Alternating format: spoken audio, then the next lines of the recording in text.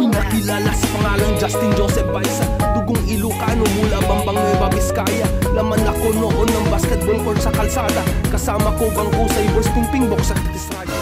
Yo! What's up guys? This is your boy again, Daddy Kabulin and Daddy Kavintage again guys. Ayun nga guys, kamusta naman kayo guys? Kamusta naman tayong lahat dyan guys? Sana'y okay na okay kayo guys. Kasi nga kung kaming tatanong nyo nila it guys is all goods kami guys. Ayaw nga lang sumali nila dito sa vlog ko guys. Kasi nga wala naman daw siyang items na ipeplex guys, kundi itong mga to is para sa akin naman daw guys. Ganun siya magselos guys. Yan sila. Pero okay lang guys, naglalaro siya ngayon ng Call of Duty guys. Yan, so guys, for today's vlog na guys is meron akong ipeplex sa inyo at i-share guys na dalawang items guys. Yung unang items guys is libre lang. Yung pangalawa guys is talagang pinahan ko guys. Pinahan ko. Pero tawag nito, masasabi ko ng hits guys kasi nga yung presyo niya sa pagpasa sa atin is napakamura kumpara sa online price niya guys. Malalaman natin yan mamaya guys. Pero guys, bibigyan ko muna kayo ng clue kung ano ngang i-flex natin ngayon guys. That's pretty good. Obviously guys, ano bang favorite na NBA team natin guys? Syempre, ang Chicago Bulls guys. Then may twist pa to guys kung anong karagdagang hint na naman to guys kung anong i-flex ko sa inyo guys. Kung ano ba nasa background natin guys? Warmer jersey ng Chicago Bulls. Wow. Tapos tong MLB jersey na regalo ni Darling is parang warmer na din yan guys. So guys, may another hint na naman to guys kung anong ipeplex ko sa inyo guys. That's pretty good. Yan. Ito guys is pinahunt ko sa ating kaibigan. Mamaya ko na nga siya pasalamatan sa end na lang ng video. Pinahunt ko to sa kaibigan kasi nung high school ako guys, may katrabaho ay may ka-classmate si Ate J.I. yung kapatid ko na panganay noon na si Kuya Jim Ross de Leomos, which is magaling din mag-basketball is may mga ganito kasi siyang mga damit noon nakikita ko is syempre Chicago Bulls, namulat sa Chicago Bulls, tapos nakikita mo doon sinusuot mo na, kaya nainggit ako noon guys. Yan, so guys, huwag na natin patagalin at gusto ko nang i-share sa inyo at let's go. Ewan ko masasabi din yung hits to, pero para sa akin guys is hits talaga kasi ang tagal ko nang gustong magkaroon nito guys. So guys, huwag na natin patagalin. Ano pang inaantay natin guys? Let's go! At ito na nga guys. Ito na guys. Siguro unahin muna natin guys yung free. Kasi para sa akin syempre na-appreciate natin yung free guys na bigay ng ating kaibigan guys. Is unahin ko yun kasi alam kong mas heavy yung pang pinali natin guys. So guys, wag na natin patagalin guys. Eto na guys, ang laki nito guys, itong free. Ayun guys, so hawak ko, kita yung kamay ko. Ang laki nito guys, promise. O yan nga guys, so ready na guys. Tan-tanana! Ayun lang naman guys. NBA cards lang naman guys na Michael Jordan guys yan. Patayin ko nga muna pala yun. Ay wag na pala. Baka hindi nyo makita guys. Yan, kita nyo naman yan guys. Michael Jordan. Nang nakalagay is Rare Air. Rare Air na upper deck guys. Rare Air na upper deck. Yan. Siguro kung hindi ako nagkakamali guys kasi yung sapatos siya dito is pang 1996 to guys. 1996 to na kuha niya guys. Really, 1996. Ayan guys. Then ang likod nito guys is yan. Panalagay dito. Rare Air card number 43 to guys. Card number 43. Card number 43. And guys, yung nasa taas. Card number 43. Ang nakalagay dito, Rare Air, the only thing that matters to me now is winning championship. Quoted by Michael Jordan guys.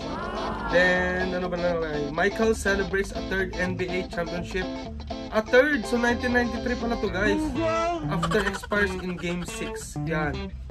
1993 pala to guys kasi celebrates a third NBA championship so 1993 to guys.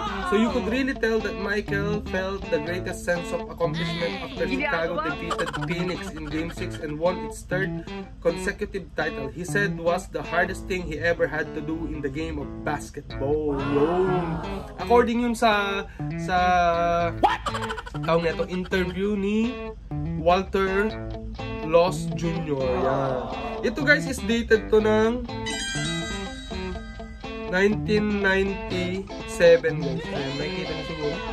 sa baba. Picturean ko na lang guys, 1997, dito nakalagay maliliit, 1997 na upper deck guys. Yan. Pero yung mga ganito kasi na upper deck, yung bilog guys, is mga late 90s na. Pero yung early 90s guys, is diamond pa na upper deck. Diamond na upper deck pa yung hologram nila. Ito, bilog na is mga late 90s na. Pero yung mga early 90s guys is diamond ang hologram nila ng upper deck.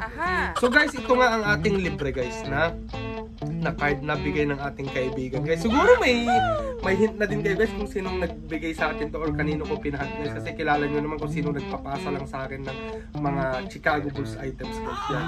Ito guys, pag non-graded guys, tignan natin kung may presyo to guys. Pag non-graded guys, makikita nyo dyan is nagkakahalaga din po guys ng $10 guys, which is not bad kasi nga libre lang naman eh.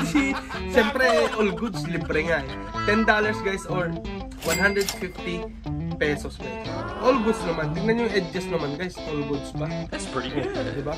Okay na okay pen guys. So para sa akin, graded or non-graded man to, as long na binigay sa akin guys, is so much appreciated ko guys. Ganun ako magpahalaga ng items guys. Yan. At syempre, knowing na collector din tayo ng mga NBA cards na Michael Jordan, is may worth man to or wala, is ikikip ko as long na Michael Jordan to guys. Pero guys, yung graded nito is nagkakahalaga ng $59.99 guys or 60 dirhams guys. So all in peso is nasa 885 pesos din to guys. Makikita niyo dyan, i-compare natin yung graded tsaka non-graded guys dyan. Ilalagay ko na lang dyan guys. Ayan. So mamaya ko na babanggitin at pasasalamatan kung sino nagbigay sa atin tong free na to guys. Kasi nga sobrang excited na ako guys para i-flex yung pang pinali nating items guys. So ayan nga guys, nakita nyo ang free natin. So proceed na tayo guys sa pang pinali natin guys. Let's go! At ito na nga guys, ito na, this is the time guys, the time has come guys. So guys, huwag na nga natin patagalin. At ito na guys. Let's go. Ay, sabi ko talaga. Ewan ko na lang kung anong masasabi nyo. Basta ako, wala akong nasabi nun guys. Nung inabot sa akin to at sinabing meron, may nahunt ako. Noon is wala akong speechless ba naman ako. Yan, so parang nakatanggap tayo ng FAMAS award nun. Gago! Na-stun tayo nun guys. Pero, eto na guys, nasa sa inyo na kung husgahan nyo kung goods to or hindi. Flex muna natin guys. So Let's guys, go. huwag na natin patagalin. Ito na guys. Tan-tan-tan! Ayan guys, oh, diba guys? Ito lang naman guys yung sinasabi ko na ang tagal kong hinahanap at gustong magkaroon guys. Ayan guys. Then may bucket pen guys. I-flex muna natin lahat ng details nito guys. That's pretty good. Oh, diba guys? Yan. Nabanggit ko kanina is about warmer. So warmer to guys. Ayan, may embroidered din siya dyan sa right sleeve na guys. Yung mga linings, then ravings, all goods. Then ano pa ba mga details nito? Ito lang details siya guys. Ayan ang details. Swoosh, mid swoosh. Tapos Chicago na patch embroidered na masasabi ko. Then si Benny the Bull or OG logo ng Chicago Bulls, patch embroidered din yan. Then ang NBA logo niya na patch embroidered din guys. Then may jack tag din to guys. O yan, sige, wag na nga natin patagalin. Total nakita nyo naman na yung swoosh. So ibig sabihin nito is, ang tag nito guys is Nike guys. Ayan guys, so andyan pa yung natira pa yung pinaglagyan ng hang tag guys, ng hang tag. So legit talaga guys. Ayan, Team Nike. Then size XL, yan. Sizingan talaga natin to. XL talaga pinahan ko. Tsaka take note guys ha, may nabasa ako ang mga damitan ni Jordan noon, mga jersey niya, tsaka mga warmer na ginagamit niya. Kahit yung mga warmer na kanya, yung tawag nito, yung parang track pants nila. Basta yung buong warmer niya is size XL talaga. Warmer na 3/4, size XL din talaga. Then jersey niya, size XL din talaga ang sinusuot na during the game guys. Or yun ang size niya talaga guys.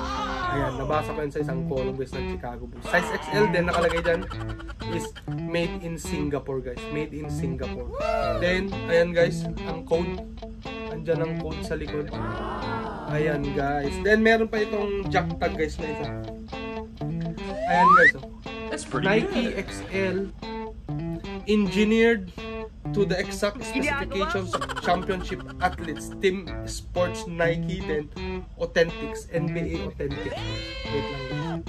Ayan guys, oh. Tagal natin. 1, 2, 3, 4, 5, 5, 4, 3, 2, 1. Oh, yun guys. Tapos SS nyo guys. Yan. Then, check natin kung may hashtag. Siyempre may hashtag to guys. Yan. Made in Singapore guys. Made in Singapore. Then, ano pa ba details nito? Wala na, yun lang details guys. At saka guys, yung tela nito is sobrang bigat talaga. Ito ang magiging warmer mo is during warm up guys, is pagpapawisan ka talaga kasi sobrang kapal ng tela guys. Sobrang kapal ng tela. At saka mabigat din siya guys. Mabigat din para sa akin. Ayun. Para siyang, alam mo yun, yung parang tag ng Pro Club. Ay parang tela ng Pro Club guys. Pero mas makapal pa doon, doblehin mo yung tela ng Pro Club. Really, nigga? Ayan. So guys, ito nga nakita nyo, warmer, diba? Ang tagal ko nang pinapahanap talaga sa warmer ng Chicago Bulls na to. Tsaka yung sando na may lining din dito na puti, tapos black, tapos red, tapos Nike din, tapos Chicago nakalagay. Pinapahanap ko din. Then, meron pa pala akong warmer na pinapahanap guys, which is Chicago din nakalagay. Pero V-neck naman yun guys, na starter guys, starter. Ayan nga guys, nakita nyo na. Walang issue to guys ha. Walang hindi wala. Ang tingkad ng kulay nito guys. Ang tingkad ng kulay, then ravings is okay na okay. Walang mga bacon pa sa mga ravings nito guys. Ayan, all goods na all goods to guys. Ayan. So guys, ang tawag nga dito sa warmer jersey ng Chicago Bulls na to guys is Vintage Nike Chicago Bulls Authentic NBA Warm Up Shooting Jersey Jordan 90s guys. Jordan kasi syempre siya naman pinapopular doon, pero kung size XL man si Jordan at XL din to, so posibleng nagamit ni Jordan to, pero hindi niya na to nagamit guys kasi andyan pa yung hang tag eh. For sure syempre kung gagamitin nila is tatanggalin na yan guys. Pero ang tawag dito, uulitin ko guys, is Vintage Nike Chicago Bulls Authentic NBA Warm Up Shooting Jersey Jordan 90s guys. Yan. So ito is masasabi kong binanggit ko kanina na hits price, though pinahunt ko, pero masasabi kong hits price kasi nga nakuha lang to ng ating kaibigan or yung nagpasa sa akin guys sa murang halaga guys. Yan. So pinahits lang sa, mamaya ko na nga pasalamatan nyo, pinahits lang sa atin to guys, tong Chicago Bulls na warmer jersey na to sa halagang 400 dirhams guys. Imagine yun guys. Makikita nyo guys kung bakit hits kasi i-compare natin yan mamaya sa online price niya guys. Kaya matalino tayo guys. Siyempre alam naman, bili ka na lang ng bili. Dapat i-compare mo din yung pinapasa sa'yo o binibili mo para tignan mo kung niloloko ka na or hindi. Baka mamaya sobrang mahal naman ang binibili sa'yo dahil sa online pala ganito lang pala yung price. Ganun yun guys. So guys, binigay nga sa atin to sa halagang 400 dirhams guys, or 6,000 pesos guys. Imagine yun guys, meron na tayong 90s na vintage na to kasi authentic pa eh, authentic na warmer pa ng Chicago Bulls to guys. So naghanap tayo guys kung bakit hits na sinabi ko, is napadpad tayo guys sa eBay guys, eBay, which is nagkakahalaga din to guys, na makikita nyo dyan guys, nagkakahalaga to ng $299.95 guys. Yan, labas pa shipping fee dun guys, makikita nyo dyan guys, walang shipping fee yan. So isarado na lang natin sa 300 guys, $300. That's pretty good. Then $300 times 4 is 1,200 dirhams guys. Imagine nyo guys, yung nasa picture pa guys is hindi din brand nyo yan. Kumpara naman dito, mas matingkad pa tong nasa atin guys, kumpara yung nandyan sa photo ng online guys, is nagkakahalaga siya ng 1,200 dirhams guys, kumpara naman sa 400. So naka-hits na, naka-save na agad tayo guys ng 800 dirhams guys. O wala pa shipping fee dun guys.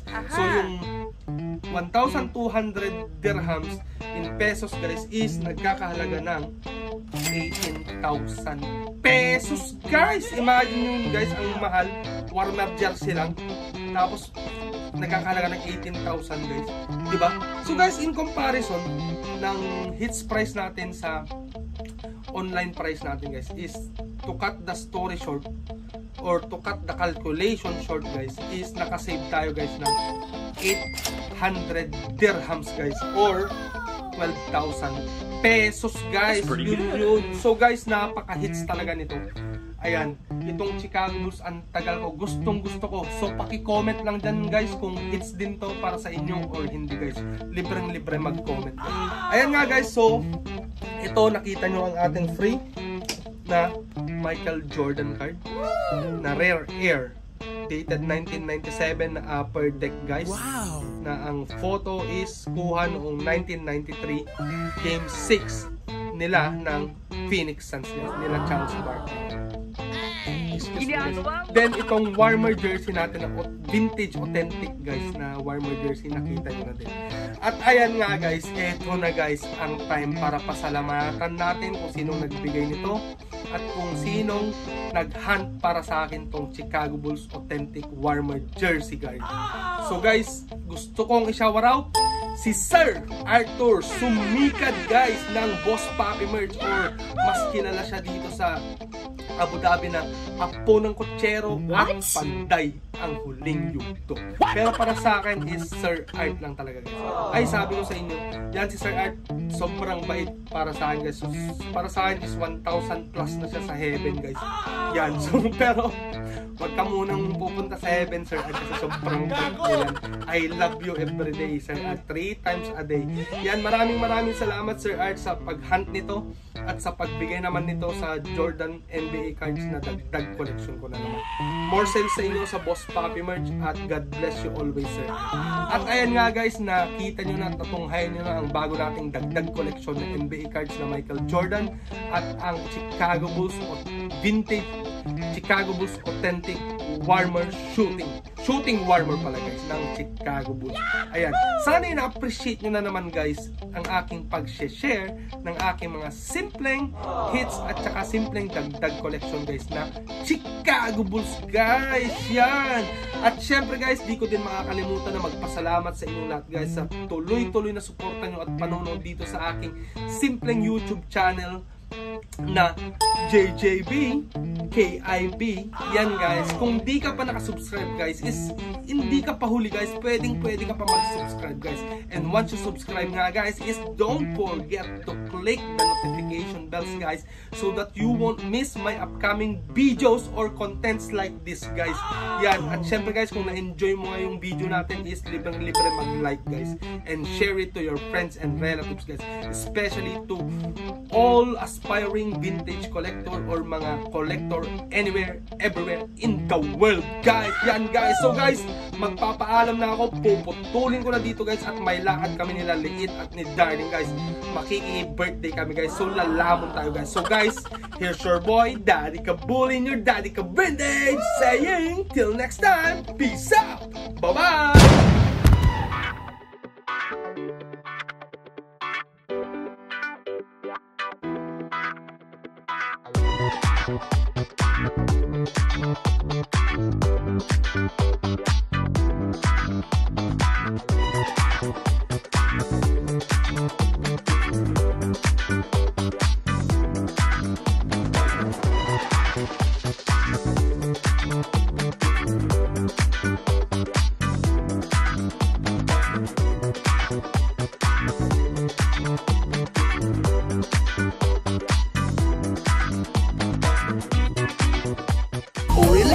Baka naman ikay magtampo sa panahon, kasi ngayon okay sa bamawan bibiyang ko. Yung angas ko kahit saan kayang-kayang dalhin, pero yung pagkahangin mo mukhang inborn yan mate.